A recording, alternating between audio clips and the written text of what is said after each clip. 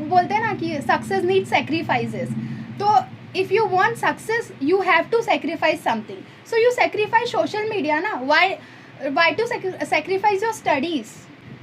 Hello everyone, welcome back to our channel Gyan lab once again. So जैसे कि हमने promise किया था, हम अलग अलग सिटीज़ से अलग अलग परसेंटेज वाले स्टूडेंट्स के साथ आपके लिए टॉपर स्टॉक सेशन कंडक्ट करेंगे और आज हम बात करने वाले हैं प्राची तिवारी से। Hello Prachi. Hello ma'am. Okay, so सबसे पहले तो प्राची कॉन्ग्रेचुलेशंस। आप बच्चों को पहले बता दीजिए कि आपके 12th के परसेंटेज क्या हैं। I got 91.17% in my HSC exam. Thank you. और आपको 10th स्टैंडर्ड में कितने परसेंट थे? 87%. मतलब कि पहले से ही टॉपर की ट्रेट ऐसे कंटिन्यू हो रही है डीएनए में। ठीक है, very good, it's really nice कि अच्छे मार्क्स आपको आए हैं। बट सबसे पहले तो मैं अपने ऑडियंस को बता देना चाहूँगी कि प्राची जो है ये मुंबई की ही स्टूडेंट है और ये मेरी ऑफलाइन की स्टूडेंट है। और जिस दिन प्राची का रिज़ल्ट आया था, मैंने ही इसका रिज़ल्ट, मतलब इन्होंने खुद रिज़ल्ट देखा था और इन्होंने सबसे पहले मुझे फ़ोन किया था कि मैम मेरा रिज़ल्ट कम आया है, और इन्होंने रोना स्टार्ट कर दिया था। सो वो होते हैं ना यार कि आपको मैथ्स में कितना मार्क्स आया था प्राची? 94 और फिजिक्स में 96. ओके, सो वो होता है ना मैम मुझे बस 4 मार्क्स और चाहिए थे 100 में से 100 आने के लिए, या 2 मार्क्स से मेरा रह गया, या मुझे 100 में से 101 क्यों नहीं आया, वैसे कैटेगरी की ये हैं। 91 परसेंटेज बहुत ज़्यादा कम भी नहीं होता है टू बी ऑनेस्ट। ठीक है, हाँ ऑब्वियसली 99 परसेंटेज की बात अलग होती है, लेकिन 91 परसेंटेज भी अगर अपने मेहनत के हैं तो वो काफ़ी ज़्यादा फ्रूटफुल मार्क्स होते हैं। सो अब आपके सामने आज प्राची को लाने का और उनसे बात करने का मेन मोटिव ये है कि महाराष्ट्र बोर्ड के जो स्टूडेंट्स हैं वो अपने एग्ज़ाम की तैयारी शुरुआत से कैसे कर सकते हैं। 11th स्टैंडर्ड में अब वो अपना कैसे टाइम मैनेजमेंट कर सकते हैं, 12th स्टैंडर्ड में अपना टाइम मैनेजमेंट कैसे कर सकते हैं, इसके बारे में हम बात करेंगे। और साथ ही साथ 12th साइंस लेने के बाद आप मेडिकल फील्ड में जाओ, इंजीनियरिंग फील्ड में जाओ, फार्मेसी फील्ड में जाओ, सिर्फ यही लिमिटेड ऑप्शंस नहीं होते हैं। क्योंकि अभी मैं कुछ देर में प्राची से पूछने वाली हूँ कि वो अपने करियर को लेकर आगे क्या करने वाली है। सो आज का सेशन काफ़ी ज़्यादा इंटरेस्टिंग होने वाला है और हमारे टॉपर स्टॉक के पूरे सेशंस अगर आप देखेंगे, 4 इंटरव्यूज़ हम आपके लिए लाने वाले हैं। तो चारों इंटरव्यूज़ में आप ये देखेंगे कि सबकी फील्ड अलग अलग है। कोई बीटेक बायोटेक्नोलॉजी है, कोई जेई के लिए प्रिपेयर कर रहा है, कोई सिविल सर्विसेज के लिए प्रिपेयर कर रहा है, तो कोई फार्मेसी के लिए प्रिपेयर कर रहा है। तो ये वीडियो कोई भी बच्चा देखे, मैथ्स वाला, बायो वाला, फिजिक्स वाला, केमिस्ट्री वाला, कोई भी स्टूडेंट ये वीडियो देखे, सबके लिए ये वीडियो यूज़फुल होने वाली है। सो सबसे पहला सवाल हमारा प्राची को लेकर ये है कि प्राची अगर 91 पे आप सेटिस्फाइड नहीं थे तो what were the marks you were expecting? I was expecting 95% plus, because जो मैंने अपनी मेहनत की थी वो मैं सेल्फ सेटिस्फाइड नहीं हूँ ना। लोग क्या सोचते हैं, लोग क्या समझते हैं, उससे मुझे फ़र्क नहीं पड़ता, लेकिन मुझे पता है कि मैंने किस लेवल पे जाकर हार्ड वर्क किया था। तो मैं अपने मार्क्स से उतनी ज़्यादा खुश नहीं हूँ जितना अगर मुझे 95 प्लस आता तब मैं खुश रहती। तो मेरा एक्सपेक्टिंग था कि 95 प्लस आए। चलो कोई बात नहीं। सो मे बी ऐसा हो सकता है कि यहाँ से आप सीख कर आने वाले अपने फ्यूचर जर्नी में और एफर्ट्स करो और कोशिश करो कि आपके जो एक्सपेक्टेशंस है वो आप फुलफिल कर सको। और यही लाइफ है, हर एक्सपेक्टेड चीज़ अगर मिल जाएगी तो फिर वो मज़ा नहीं है, स्ट्रगल करने का मन नहीं करेगा। और जब तक आपको आपके एक्सपेक्टेशंस फुलफिल नहीं होंगी तब तक स्ट्रगल करने में मज़ा आता रहेगा, because this struggling journey is very important. आपको यही जर्नी आपके लाइफ में सक्सेस होने के लिए सिखाती है। ठीक है, सो अब मेरा दूसरा सवाल प्राची से ये है कि 2021 के जो बच्चे हैं उनको ऐसा बोला जाएगा आने वाले कुछ सालों तक कि अरे आपको तो ऐसे ही मार्क्स मिल गए हैं, आपको तो मतलब डोनेट किए गए हैं मार्क्स, कोरोना का टाइम चल रहा था तो ऐसे ही फ्री फंड में मार्क्स दे दिए गए हैं। तो उसके बारे में आप बच्चों के साथ क्या शेयर करना चाहोगे? अगर वो बात है तो हम लोग को स्टार्टिंग से तो ये नहीं बताया गया था कि हमारा बोर्ड एग्ज़ाम कैंसिल होने वाला है। हमने तो पहले से स्टार्ट में यही कोशिश की थी कि हमारा बोर्ड्स होने वाला है और हम उस हिसाब से मेहनत कर रहे थे।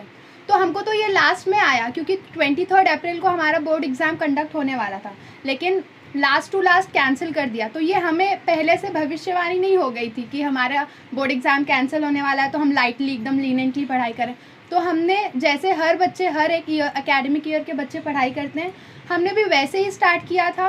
पर अभी बोलते हैं कि जो होना है वो तो होकर ही रहेगा, तो उसके लिए तो कुछ कर नहीं सकते। सो इसका मतलब ये नहीं है कि 2022 के बच्चे भी ऐसे आस लगाकर बैठे रहे कि हमारा भी एग्ज़ाम कैंसिल हो जाएगा। ऐसा कुछ नहीं होने वाला है। आप वर्स्ट केस सिनारियो के लिए रेडी रहो। आपका एग्ज़ाम कैंसिल हुआ तो वो एक दूर की बात है, लेकिन देखो आज अगर एग्ज़ाम कैंसिल हो जाएगा और अगर आपको मार्क्स ऐसे ही दे दिए जाएंगे, सो आपकी नॉलेज कहाँ से बढ़ रही है?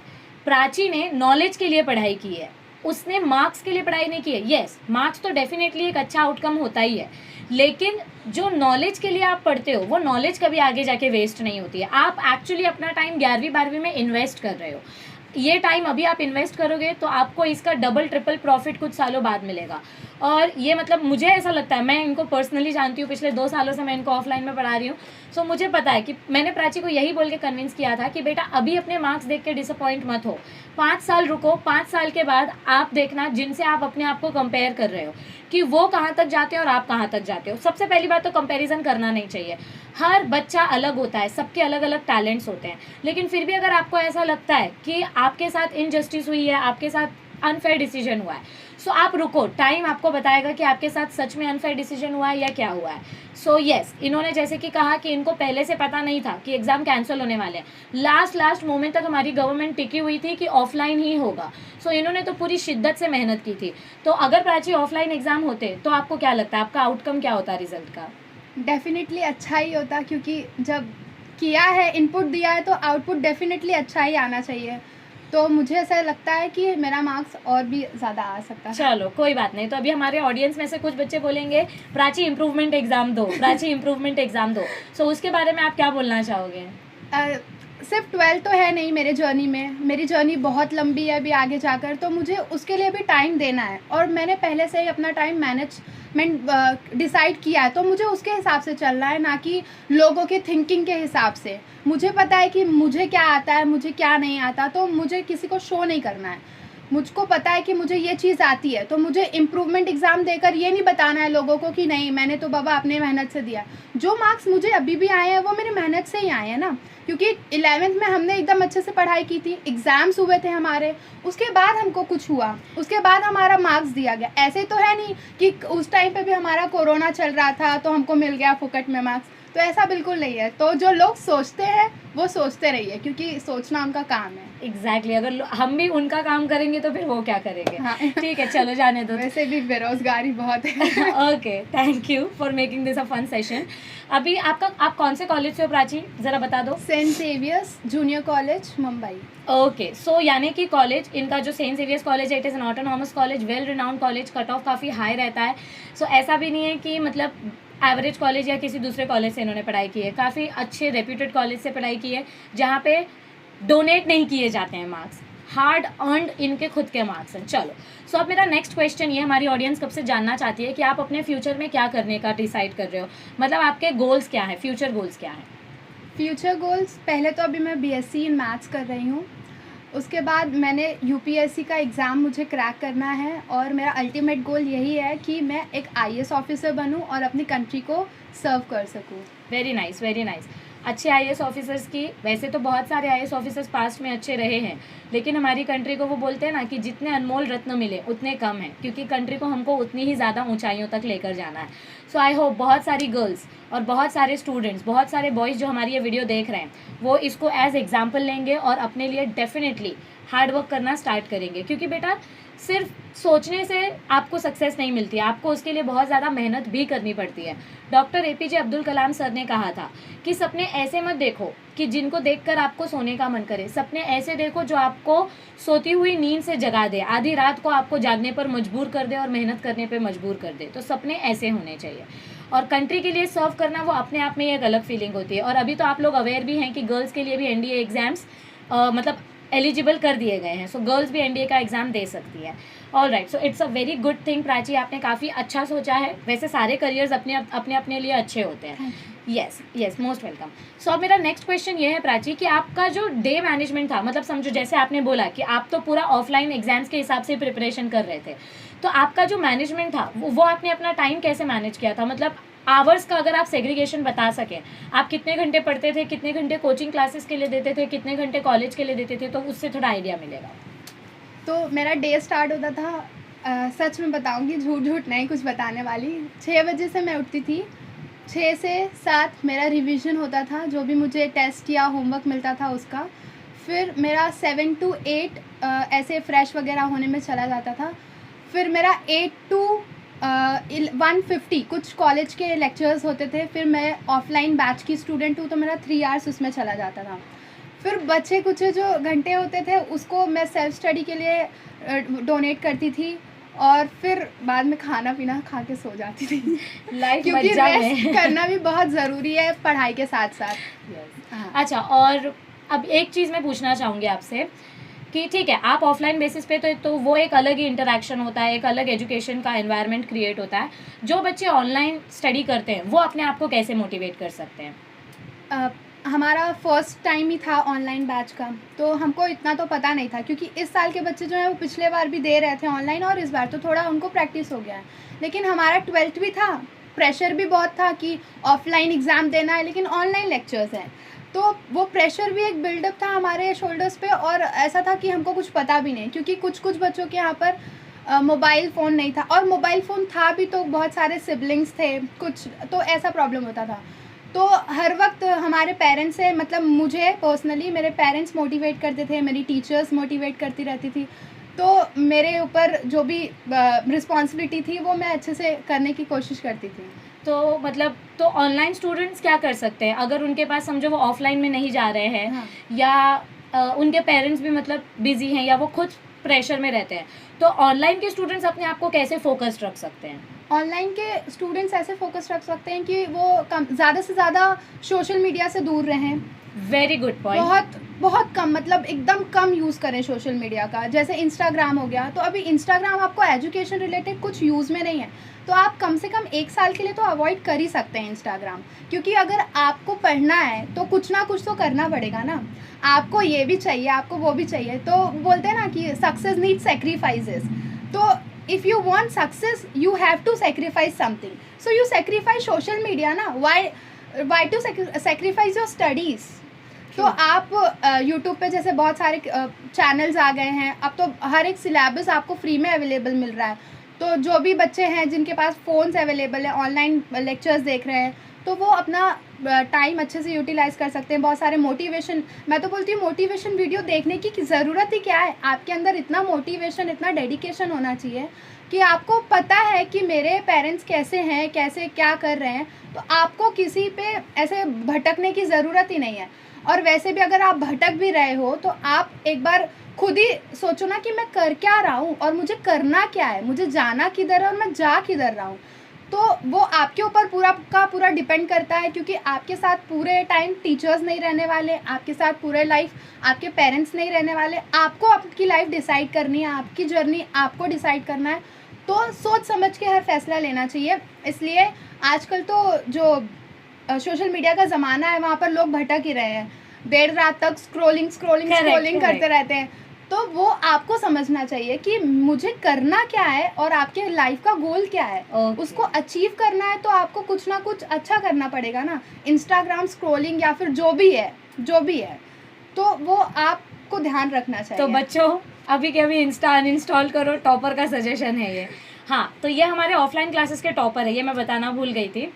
और अब मेरा नेक्स्ट क्वेश्चन ये है प्राची से कि डेली टेस्ट की क्या इंपॉर्टेंस होती है, चाहे आप ऑफलाइन में हो चाहे आप ऑनलाइन में हो। अगर आप ऑनलाइन में भी हो तो सेल्फ असेसमेंट करना क्यों इम्पॉर्टेंट है? आपने अगर कुछ पढ़ा है तो उसको आपको टेस्ट देना क्यों इम्पॉर्टेंट है? व्हाट इज़ द आपकी लाइफ में डेली टेस्ट ने क्या रोल प्ले किया है? जैसे मैं तो बच्चे की जान नहीं निकल जाती तब तक मैं टेस्ट कंडक्ट करती हूँ। जैसे कि मैं आपको बता दूं कि मैं मैम की ऑफलाइन स्टूडेंट हूँ, तो हमारा डेली क्या होता था, 15 मिनट का तो डेली होता था टेस्ट 10 मार्क्स का। तो क्यों वो कैसे हेल्प करता है आपको पता है कि जो पहले हम लोग को पढ़ाया गया है, एक दिन पहले हम लोग को पढ़ाया गया है, तो उसका रिवीजन हम लोग तुरंत कर लेते थे। क्योंकि हम लोग क्या करते हैं कि प्रोक्रेस्टिनेशन वाले जो आदत है हमारी कि चलो ना आज पढ़ा दिया तो अभी तो मुझे याद है, लेकिन मैं 1 हफ्ते बाद कर लूँगा या 2 दिन बाद कर लूँगा। तो ये करते करते हम एकदम भूल जाते हैं। जैसे कि अभी सिंपल सा एक फार्मूला हमको बताया गया है 1 दिन पहले और हमने उसको रिवाइज़ नहीं किया है, तो हम फिर भूल जाते हैं। तो वैसे जो मेरी मैम है, थैंक यू कि रोज़ डेली टेस्ट लिए। जैसे डेली टेस्ट का मैं एक बार बोलूँ तो जैसे कि मैं एक बैट्समैन हूँ और मेरी मैम बॉलर हैं, तो वो क्या कर रही है, बॉल मुझे डाल रही हैं। हर एक बॉल पे मुझे क्या करना है, हर एक टेस्ट में इम्प्रूवमेंट लाना है। मतलब अगर एक बार मैंने सिक्सर मार दिया तो ऐसा नहीं है कि मैं सेकेंड टाइम ट्राई नहीं करूँगी या सेकेंड टाइम और इम्प्रूव नहीं करूँगी, ठीक है। मुझे हेलीकॉप्टर शॉट तक अगर जाना है तो मुझे डेली इम्प्रूवमेंट चाहिए, ठीक है, क्योंकि जो नॉर्मल एवरेज बच्चे होते हैं उनको कोई पूछता नहीं है। इसके लिए हेलीकॉप्टर शॉट तो आपको पता ही है कितना फेमस है, इसके लिए आप उसके लिए मेहनत करो, ना कि 4-2 रन्स, उसके लिए मेहनत नहीं करना, हमको हेलीकॉप्टर शॉट या उससे ऊंचा मेहनत करना है। तो I am very grateful to my ma'am, thank you. अरे मोस्ट वेलकम। सो इसका मतलब बच्चों डेली टेस्ट बहुत इंपॉर्टेंट है। अगर अब आप बोलोगे मैम हमारे पास कोई है नहीं, हमको कोई कंट्रोल नहीं करता है या हमारे पास कोई गाइडेंस देने के लिए नहीं है, बच्चा जब बात खुद पे आती है और खुद के करियर पे आती है तो आप खुद के गुरु खुद बन जाते हो, आप अपने आप के सबसे बड़े टीचर हो। सो आप अपने आप को खुद को बोलो कि मुझे आज ये चीज़ अपने आप से एनालाइज करनी है और मुझे आज ये टॉपिक टेस्ट देना है। हमने ज्ञान लैब चैनल पर एग्ज़ाम्स जब आपके नज़दीक आने वाले थे तो हमने डेली टारगेट के वीडियो स्टार्ट किए थे, जिसमें हम आपको बताते थे कि आपको आज के दिन मतलब हर दिन क्या पढ़ाई करके कंप्लीट करनी है। फिजिक्स का ये टॉपिक, केमिस्ट्री के ये क्वेश्चंस, मैथ्स के ये क्वेश्चंस, बायो के ये क्वेश्चंस।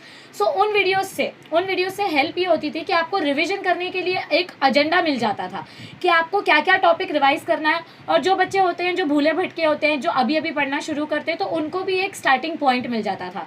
तो वो जो डेली टारगेट्स थे जो हम क्लास में भी देते थे या अभी 1 साल तो पूरा अपना ऑनलाइन चल रहा था, सो वो ऑनलाइन में भी जो मैं डेली टारगेट्स देती थी या ज्ञान लैब चैनल से जो मिलते थे उनसे आपको कुछ हेल्प मिलती थी? हाँ बिल्कुल, क्योंकि कैसा रहता था कि आखिरी में अभी हमको सब कुछ पढ़ना है ना, मतलब फिज़िक्स, केमिस्ट्री, मैथ्स, बायोलॉजी, मेरा तो चारों था, वो भी पढ़ना है, साथ में लैंग्वेजेस भी पढ़ने थे, और फिर लास्ट टू लास्ट प्रोजेक्ट्स, फिर जर्नल्स हुए तो थे। अब उसके मार्क्स दिए गए कि नहीं दिए गए वो नहीं पता, पर कंप्लीट तो हमने किए थे।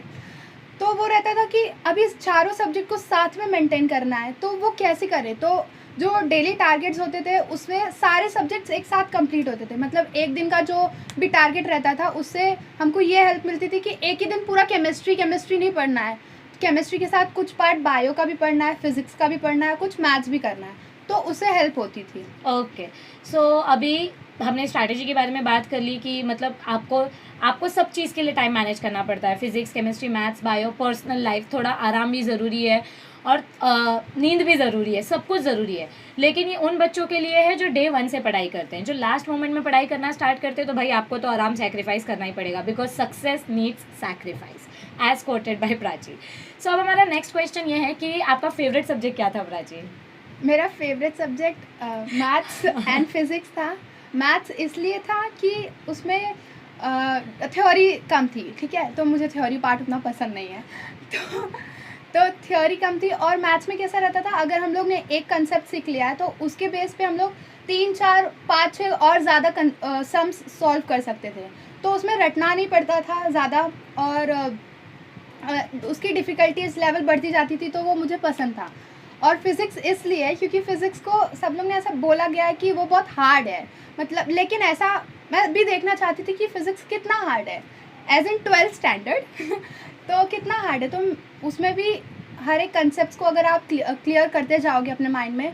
और फिज़िक्स इसलिए मुझे बहुत अच्छा लगता था क्योंकि वो डेली लाइफ के ऊपर था, कि हम उसको ऑब्ज़र्व कर सकते थे कि हाँ ये चीज़ ऐसी हो रही है और ये चीज़ मेरे सर ने मुझे बताया था, तो मतलब हाँ जो चीज़ मैं अपने आँख से देख रही हूँ मेरा बिलीव उस पर ज़्यादा होता है थोड़ा, कहीं ना कहीं, इसके लिए मुझे ये दोनों सब्जेक्ट्स पसंद हैं। ओके। और आपने पहले बता दिया कि आपके पेरेंट्स काफ़ी ज़्यादा सपोर्टिव थे, जब भी आपको ऐसा लगता था, डीमोटिवेट होता था, तो वो हमेशा आपके साथ थे। अब मैं ये पूछना चाहूँगी कि आप अपने आप को डी स्ट्रेस कैसे करते हो? जैसे बच्चे बोलेंगे अरे इतना पढ़ लिया, आप डी स्ट्रेस कैसे करते थे? तो आपका डी स्ट्रेस करने का क्या तरीका है? हाँ, तो पिछले टाइम तब जब मेरा था 12th स्टैंडर्ड, तो कोरोना चल रहा था, तो उसका भी एक बिल्डअप था प्रेशर की, उसके भी कुछ टेंशन्स थे, फिर घर में भी प्रॉब्लम्स रहती थी, तो और भी जो स्ट्रेस होता था, तो मेरा एक छोटा भाई है, तो मैं उसके साथ थोड़ा सा खेल लेती थी या फिर ड्राइंग कर लेती थी, म्यूज़िक सुन लेती थी, बस, और कुछ इतना ये नहीं था, क्योंकि घर में भी सब ठीक ठाक था, तो कुछ इतना स्ट्रेस नहीं होता था। ओके अभी एक सवाल क्लिक हुआ है। हमारे जो बहुत सारे बच्चे हैं वो बोलेंगे मैम हम तो मतलब बहुत रूरल एरिया से हैं, हमारे यहाँ नेट ही नहीं होता, आम्ही डोंगरवरती राहतो, आमच्या इथे इंटरनेट नसतं, मग आम्ही अभ्यास कसं करायचं. प्राची कितने महीने आप गाँव में थे? मैं 25 को गई थी एंड फिर अक्टूबर में मैं आई, अक्टूबर 12 को आई, मुझे डेट भी याद है। तो उतने टाइम मेरे यहाँ पर भी ना नेटवर्क नहीं होता आप था। कहाँ से हो जरा वो भी बता दो. मैं यूपी से हूँ। हाँ. यूपी के इलाहाबाद शहर के अंदर थोड़ा है मेरा गांव। हाँ, रूरल एरिया. हाँ, वहाँ से हूँ मैं। वहाँ नेटवर्क रहता था लेकिन इतना अच्छा नहीं रहता था। तो जो भी दिक्कतें आई हैं वो तो मुझे ही पता है, लेकिन ठीक है। लेकिन मैंने अपनी पढ़ाई छोड़ी नहीं थी, क्योंकि टेक्स्ट बुक मेरे पास थी, तो मैं उसको रीड करती थी। जो नहीं समझता था उसको मैंने अंडरलाइन किया था। मैं उसको एक बार रीड करती थी, नहीं समझ रहा है, मैं 2 बार रीड करती थी, नहीं समझ रहा है, 3rd टाइम रीड करती थी, और अगर तभी भी नहीं समझ रहा रहता था तो मैं उसको साइड में रखती थी कि मैं जब यहाँ पर आऊँगी तब पूछूंगी, या फिर कोई मुझे मिलेगा, या जब मेरा नेटवर्क आएगा तब। तो ऐसा नहीं है कि आपको समझ नहीं रहा है तो आप उसको पोस्टपोन करते जाएंगे, नहीं। आपको समझ क्यों नहीं रहा है, आप पहले उसका रीज़न तो ढूंढो। आप ये बोलोगे कि कोई समझाने वाला नहीं है, तो हर एक इंसान के घर पे कोई समझाने वाला नहीं रहता। ज़रूरी नहीं है कि सबने कोचिंग क्लासेस या ट्यूशन्स ज्वाइन किए हों, सबके घर में अवेलेबिलिटी हो ऑनलाइन लेक्चर्स की, लेकिन आपसे तो आपको कोशिश करनी है ना, क्योंकि पढ़ना तो आपको ही है कैसे ना कैसे करके। क्योंकि आखिरी में आपका रिजल्ट पूछा जाएगा, आपकी जर्नी नहीं पूछी जाएगी कि आपको कितने कांटे चुभे वो नहीं पूछा जाएगा। गुलाब कैसे खिल गया वो पूछा जाएगा, उसकी खूबसूरती देखी जाएगी, मतलब आपके रिजल्ट्स देखे जाएंगे। ठीक है, ये सारे मेरे क्लास के एग्जांपल्स लेके बता रही हैं madam. Observation, science student. Very good. So thank you Prachi. तो मतलब इनके बोलने का मतलब ये है कि जितने भी हमारे रूरल एरिया के स्टूडेंट्स हैं, मैंने ये पर्सनली ऑब्जर्व किया है कि शहरों से ज़्यादा रूरल एरिया के जो स्टूडेंट्स हैं वो ज़्यादा इंटेलिजेंट और ज़्यादा हार्ड वर्किंग होते हैं.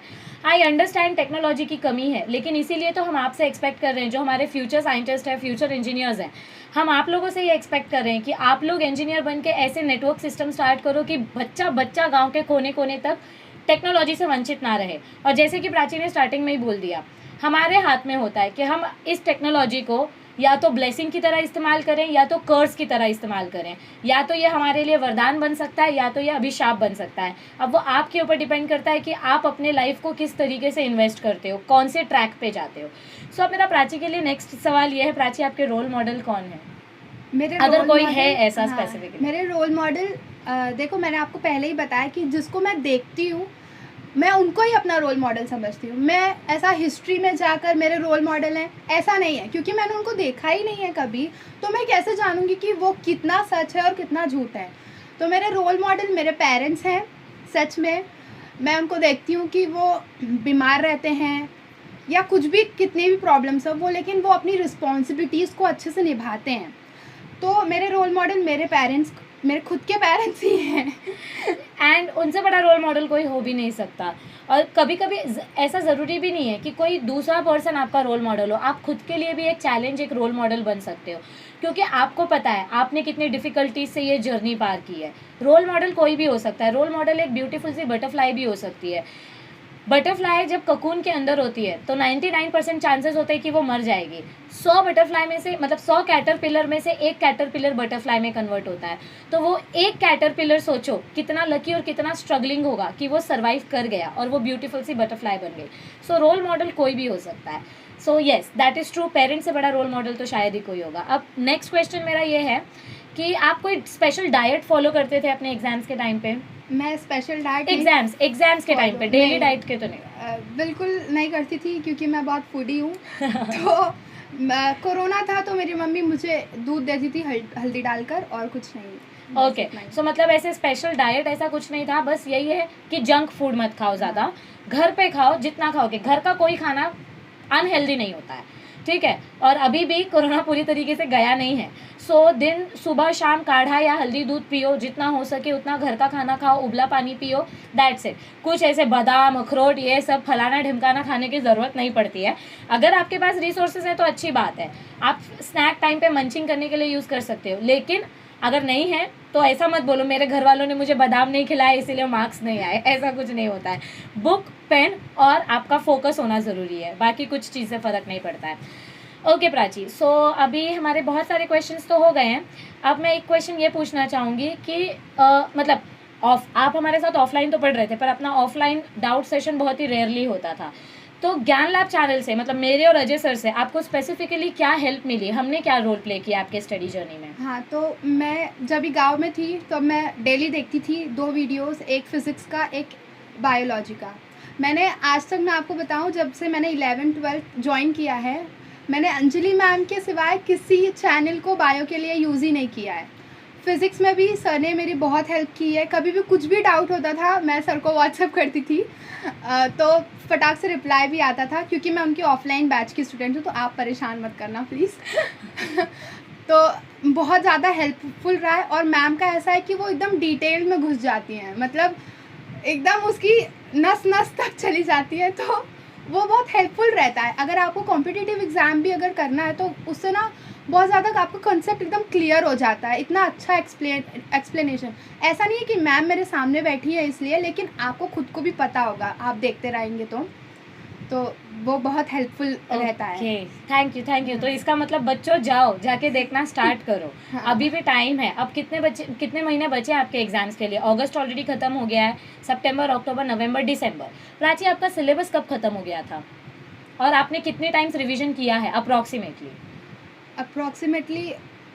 ऐसा गिन के तो नहीं किया है, लेकिन तो भी मतलब फिज़िक्स मेरा सबसे पहले कंप्लीट हो गया था। और maths subject Ajay sir.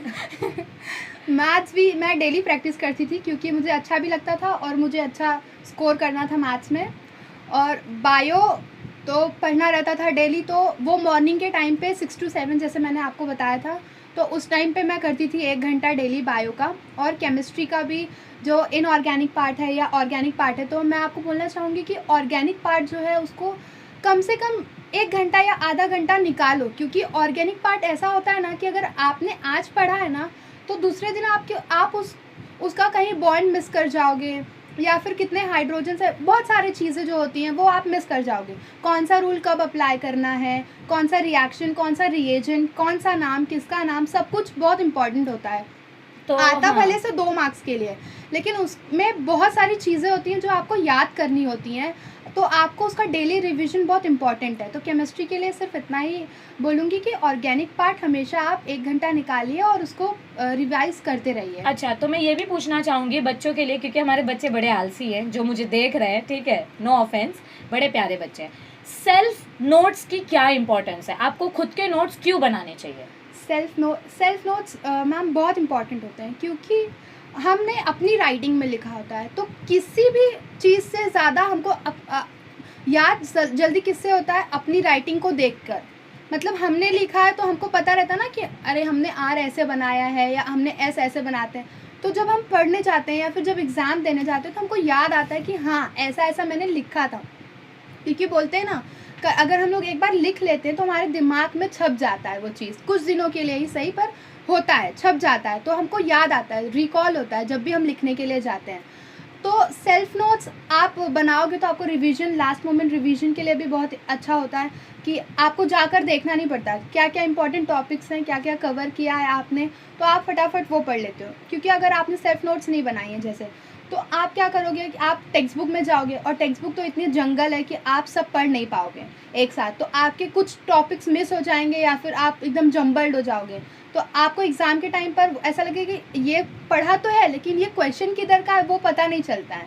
Answers तो हमने बहुत सारे रटे हुए होते हैं, लेकिन क्वेश्चन कौन सा है वो समझ में नहीं आता। सो इसके लिए सेल्फ नोट्स बनाओगे तो रिवीजन भी होता जाएगा, प्लस राइटिंग प्रैक्टिस भी होती जाएगी।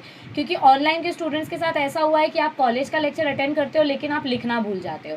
अब यहाँ पर बच्चों का ये भी सवाल होगा कि आपने कोई स्पेसिफिक PYQ या प्रैक्टिस बुक फॉलो की है या आप सजेस्ट करना चाहते हैं? नहीं, मैंने जो महाराष्ट्र टेक्स्ट बुक है महाराष्ट्र गवर्नमेंट की तरफ से, उसको ही रिवाइज़ किया है 2-3 बार रिवाइज़ करते गई हूँ, क्योंकि उसके आउट ऑफ सिलेबस तो आने वाला नहीं है। सबसे पहली बात क्या होती है कि आपको साइंस आपने लिया है तो आप कंसेप्ट बिल्ड करो, ना कि आप किसी भी टॉपिक को रट लो। आप अगर कंसेप्ट बिल्ड करते हो, जैसे रोटेशनल डायनामिक्स में ही हो गया, अगर आपने एक पैरेलल एक्सेस थ्योरम का आपने कंसेप्ट आपको पता है, तो आप उसके रिलेटेड सम्स भी कर सकते हो, उसका थ्योरम भी कर सकते हो, या उसके बेसिस पे आपको डेफिनेशन पूछ ली गई तो आप वो भी कर सकते हो। तो बस यही है कि कोई PYQ कुछ होते हैं जो यूज़ करते हैं, ठीक है आप करो, कोई प्रॉब्लम नहीं है, लेकिन आप पहले थॉरली एकदम आप अपने जो टेक्स्ट बुक है, आपने जो नोट्स बनाई हैं वो आप पहले पढ़ो, उसके बाद आप किसी और के पीछे भागो। मतलब ऐसा रहता है ना कि बहुत सारे रिसोर्सेज है लेकिन पढ़ना कुछ नहीं है, तो पहले जो है आपके सामने जो प्लेट में खाना है उसको खाओ ना, बाद में मांगो। तो वैसा है कि पहले उसको तो फिनिश मतलब करो। महाराष्ट्र टेक्स्ट बुक, जो महाराष्ट्र बोर्ड के स्टूडेंट्स हैं, टेक्स्ट बुक सबसे पहले आपको आनी चाहिए। पहले टेक्स्ट बुक पढ़ो, टेक्स्ट बुक को अच्छे से समझो, रीड बिटवीन द लाइंस का मतलब क्या है वो समझो, और फिर उसके बाद आप टेक्सचुअल क्वेश्चन सॉल्व करो, और फिर उसके बाद अगर आप प्रीवियस ईयर क्वेश्चन सॉल्व करना चाहते हैं तो डेफिनेटली उसमें कोई हार्म नहीं है, लेकिन टेक्सचुअल क्वेश्चन और टेक्स्ट बुक कंटेंट आपको थरो होना चाहिए। अब एक और सवाल प्राची बच्चे पूछना चाहेंगे कि फ्रेंड्स डिस्ट्रैक्ट अगर करते हैं अगर, तो उससे कैसे टैकल किया जाए, या फ्रेंडशिप का क्या रोल होता है पूरी स्टडी जर्नी में, क्योंकि ये जो एज है का अडोलेसेंट एज है, आप बड़े हो रहे हो, बहुत सारे हार्मोनल चेंजेस हो रहे हैं, बहुत नई नई फीलिंग्स आ रही हैं, सो इससे कैसे टैकल किया जा सकता है, क्योंकि ये भी आपके एजुकेशनल जर्नी में बहुत मैटर करता है। तो फ्रेंड्स तो बहुत इम्पॉर्टेंट होते हैं अपने लाइफ में, तो फ्रेंड्स को बिल्कुल नेग्लेक्ट नहीं करना है, लेकिन उतना ही साथ देना है फ्रेंड्स का भी जितना आपको हार्मफुल ना हो सके। मतलब आपको वो चीज़ें नहीं करनी है जो आपके लिए हार्मफुल हो, ठीक है। तो आप उतना ही उसमें फ्रेंडशिप में रहिए, 1 साल कम से कम। आप अपने फ्रेंड्स को बोलिए कि देख भाई मेरा 12th है तो मुझे पढ़ना है, मैं फ्रेंडशिप नहीं तोड़ रहा हूँ। आप एकदम से मुंह मोड़ लोगे अपने फ्रेंड से कि अरे बाबा जा तू, मुझे नहीं करना तेरे साथ दोस्ती, ऐसा भी मत करो, क्योंकि फ्रेंड्स बट ये ऑब्वियस ही बात है ना कि आपके फ्रेंड्स आप ही के एज के रहेंगे, तो हाँ। आप उनको भी समझा सकते हो हाँ। कि तेरी भी 12th है, मेरी भी 12th है, दोनों अच्छे से स्कोर करेंगे, दोनों आगे बढ़ेंगे। हाँ।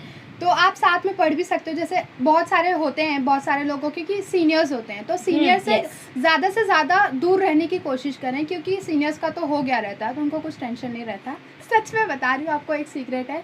तो आपको वो ज़्यादा से ज़्यादा डिस्ट्रैक्शन हो सकता है, डिस्ट्रैक्शन पॉइंट हो सकता है, तो आप सीनियर से दूर रहें। जूनियर से जो आपके साथ वाले हैं, जो आपके एज ग्रुप के, तो आप उनको साथ में लेकर चलें, लेकिन अगर वो आपको डिस्ट्रैक्ट कर रहे हैं तो आप उनसे दूरियां बनाकर रखें। मतलब लाइफ में नो बोलना सीखना ज़रूरी है। हाँ, नहीं बोलना सीखना ज़रूरी है, क्योंकि फिर नहीं बोलोगे तो आपका कुछ नहीं होगा।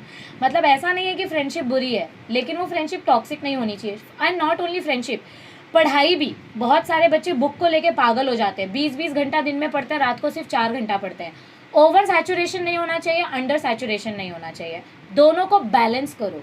Entertainment time, friend time, study time, सब कुछ बैलेंस रहना चाहिए, और इसीलिए आपको बोला जाता है डे 1 से पढ़ाई करो। लास्ट मोमेंट में पढ़ने बैठोगे तो कुछ नहीं होने वाला है, डब्बा गुल हो जाएगा।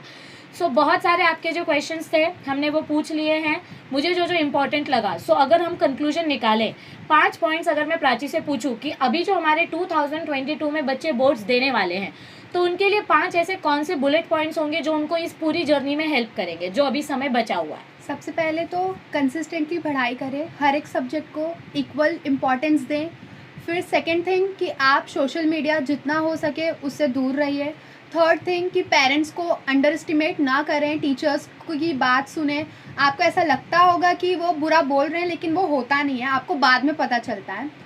फोर्थ है कि आप सेल्फ मोटिवेटेड रहें, आपको किसी और के मोटिवेशन की ज़रूरत ही ना पड़े ना, क्योंकि आपको क्लियर है। और फिफ्थ थिंग इज़ कि जितना ज़्यादा से ज़्यादा आप स्ट्रेस लेने की ना कोशिश करें, प्रेशर में पढ़ाई ना करें। प्रोक्रास्टिनेशन। हाँ, और प्रोक्रेस्टिनेशन ना करें कि आज नहीं करना बाबा कल करते हैं। तो जो भी आपके पास है उसको डेली रिवीजन करते रहें, और हर सब्जेक्ट को इक्वल इम्पॉर्टेंस दें। जैसे आपके लैंग्वेजेस भी होंगे तो उनको भी हफ्ते में 1 या 2 दिन पढ़ें आप, क्योंकि बाद में ये होता है ना कि आपने PCMB में तो अच्छा स्कोर कर लिया, लेकिन लैंग्वेजेस में जाकर आप अटक गए।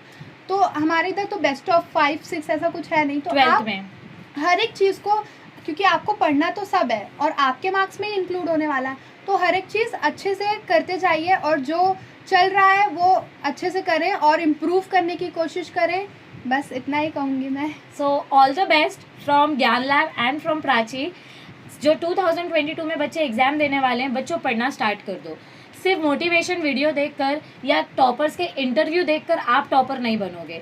एक एवरेज स्टूडेंट और एक टॉपर स्टूडेंट में यही फ़र्क होता है कि एवरेज स्टूडेंट सिर्फ सुनता है, टॉपर स्टूडेंट सुन के इम्प्लीमेंटेशन भी करता है। तो सिर्फ सुनो मत, सीखो और अपना खुद का स्केड्यूल बनाओ। सबका अलग अलग जर्नी है, सबकी फैमिली बैकग्राउंड अलग अलग है, सबके एस्पिरेशंस अलग है, सबको फ्यूचर में अलग अलग चीज़ें करनी है।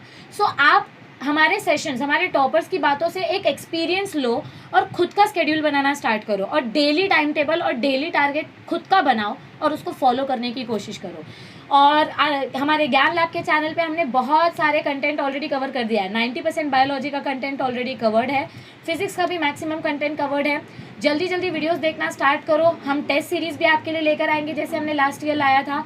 बहुत कुछ आपके लिए हम कंडक्ट करेंगे। आपकी पढ़ाई हमारी प्राइम प्रायोरिटी है। सो आपको क्वालिटी एजुकेशन देना ये हमारी रिस्पॉन्सिबिलिटी है, ताकि बदले में आप आगे जाके सोसाइटी को सर्व कर सकें। And let us wish Prachi all the best कि उसके जो भी ड्रीम्स है यूपीएससी क्रैक करने का, आईएएस ऑफिसर बनने का, तो वो सक्सेसफुल हो जाए।